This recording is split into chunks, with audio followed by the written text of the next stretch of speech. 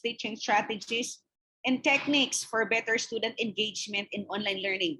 But because I heard that some participants are coming from the other programs and from the basic ed, I would not like to dwell only on in online teaching. Well, I know that for the graduate school, we're really facilitating it virtually, but because some of our students in the graduate schools are with you, and maybe they are also teaching in a school where they are really following the flexible learning modality, not really just using an online modality. So I will be sharing also some information as to how we're going to use some strategies and techniques so that still we're going to allow our students to fully engage with us, to have a meaningful engagement with them. Okay, so our immediate migration to flexible learning modalities are the reasons why there is really is a need for us to make sure that continuity of learning will happen and that professional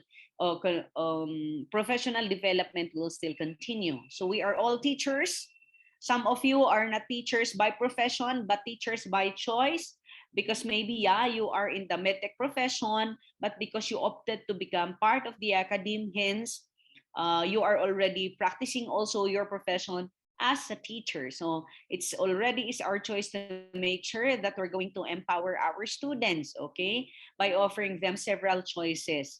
And that's the essence of flexible learning, okay, that we're going to deliver our programs, our courses in different modalities according to the profile of our students. So it will require a balance of power between our institutions. So our participants here are coming from other institutions also. So while it's true that maybe UIC is using an LMS for you as their student, but what about in your school?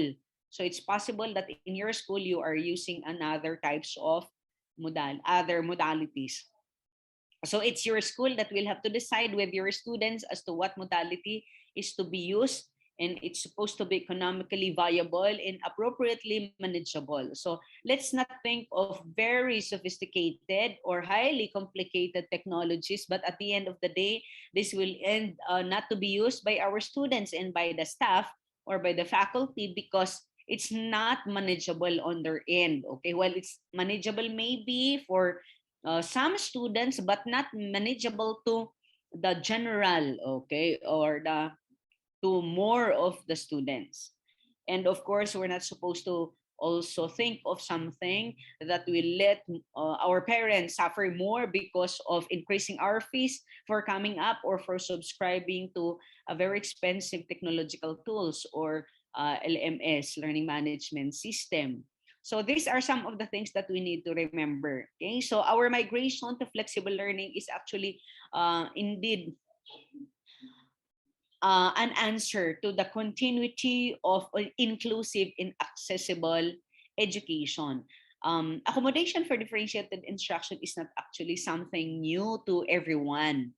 Prior to the pandemic, we were able to read a lot of innovations coming from academic institutions, giving their students an opportunity to learn, not to really participate in a face-to-face class or in a residential modality. So what they've been doing was actually to provide some other alternative programs. So in the Department of Education, we have the alternative learning system. And as we all know, Pacquiao is one of those who are able to benefit from the alternative learning system because they cannot really attend a face-to-face class. In even open universities, like I finished my degree in Open University, and I'm just really very happy that after finishing that degree in distance education from the UPOU, na ito nangyari yung immediate migration of all. Akala ko nga I will just apply all the ideas, all the information that I learned from UPOU in the teacher education program. Pero only to realize that I was able to use all of the things that I was able to learn from the university sa SLU, and I was able to share it also to many institutions. And right now, of course, what I'm sharing you are some of the things that I was able to learn also from UPOU, but at the same time, an application of all of those principles that I was able to learn from my professors. So because of these emergencies that we are experiencing, it should not prevent us delivering this so-called accessible education for everyone. And as we all know, we cannot afford to stop also our operation because being in a private institution, we cannot also give salaries to our teachers without any students, of course, paying for their fees, right? So there is a need for us to make sure that we're going to provide all the scaffolds or supports for our students and make adjustments and be very flexible even in the fees they are to pay kasi nga lahat ay apektado ng pandemya. So I do believe that you are experiencing also in UIC what other private institutions are experiencing in terms of delivering our programs and in terms of the economic status and problems also being encountered by our students. So some certain guidelines were contextualized, modified because of this. Okay, so because everything is being done already virtually or online, our businesses.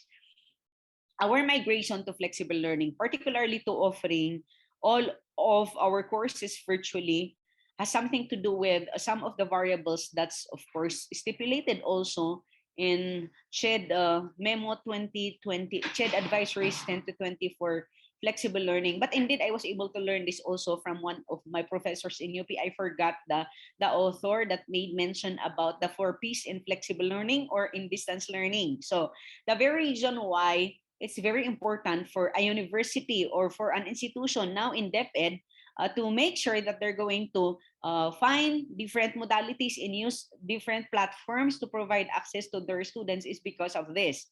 For place or the first P, many of our students are already coming from different parts of the world. Like it's possible that in the graduate school of UIC, you already have students coming from Europe or you already have students coming from the US. In our time zone, okay, with these countries, it's very different. So while we are doing our activities right now, like the time now is already 9:44 doon sa kabilang bahagi ng mundo, it's also 9:44 ng gabi, okay? So that's the reason why in distance learning or in flexible learning, particularly online learning, with the profile of our students, we cannot really schedule virtual classes every now and then. Like in the past, in the face-to-face modality, what we've been doing was to meet them maybe thrice a week, MWF, TTHS. But for now, we need to schedule activities that we're going to do ng synchronous online and then asynchronous yung iba. Because it's not all the time that we're going to meet our students, okay? Meet our students every now and then, especially kung kailangan naman nilang matulog. Okay? Yun yung mga ilang considerations. That's why in UPOU, minsan lang na nakita ko actually yung professor. Meron pa nga akong professor, never na nakita ko siya eh. So, because everything is supposed to be provided already in the LMS classroom and it should already be complete, a complete package. That's what I would like to discuss with you because some teachers are just posting materials in the LMS, which is not supposed to be the case. But later we're going to discuss why an LMS should really be turned as it is intended for. Okay, PACE. Okay, many of our students in the graduate school are working. Okay, so some of them are not working, they are full-time student, but many of our students are working. Which means even if magagaling naman talaga sila, but of course with all the circumstances that they are facing, it's possible na one may submit a particular material ng Monday, another a student will be able to submit it ng Tuesday or yung isa magsasubmit ng alas 5, yung isa magsubmit ng gabi. That's why open universities will just give all the materials and then isi-set nila na ang deadline is at the end of the week because that's the essence of that particular strategy. So anytime during the week where they are available, where the internet, when the internet connection on their end is very good, that's the time when they're going to submit. So hindi pwede talaga yung parang kumbaga residential mode or face-to-face na ang submission ay sa ganitong araw at sa ganitong oras because that's against yung principle nga ng flexible learning. Well, of course, we might be thinking, but that's also not fair in terms of assessment. And that's the reason why the assessment should be something that's also authentic. That's what we're going to discuss this afternoon. Paano nga ba natin i-assess talaga kung yung estudyante talaga siya yung gumawa at saka hindi yung kinopya lang mula sa kasama, etc. So that is one thing that we need to look into, because we have nga what we call pedagogy and andragogy, right? So there are practices that we do in the basic ed. There are practices also that we do in the undergraduate level, and there are practices that we do in the graduate school, especially that we are following also the AQRF, specifically the PQF, Philippine Qualifications Framework. So it cannot be now whatever requirements you're going to give and whatever scaffold you're going to provide for your students in the graduate school will be the same with that of how you do things in the basic ed. Okay? So importante po yung pacing. Hindi pwedeng pareho, and we're not supposed to expect.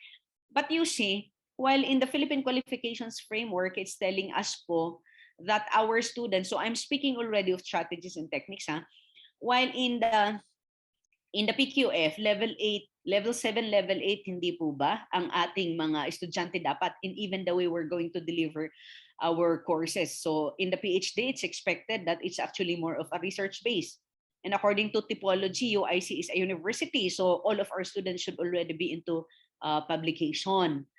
But sometimes our students in the graduate school, while the independence level is supposed to be very high, that we're not supposed to be helping them in doing all of the basic activities that they're supposed to do for the research. I was just able to realize that not all the time we're going to expect them to be as good as that they're supposed to be highly independent, because many also of our students are not mateki in the graduate school.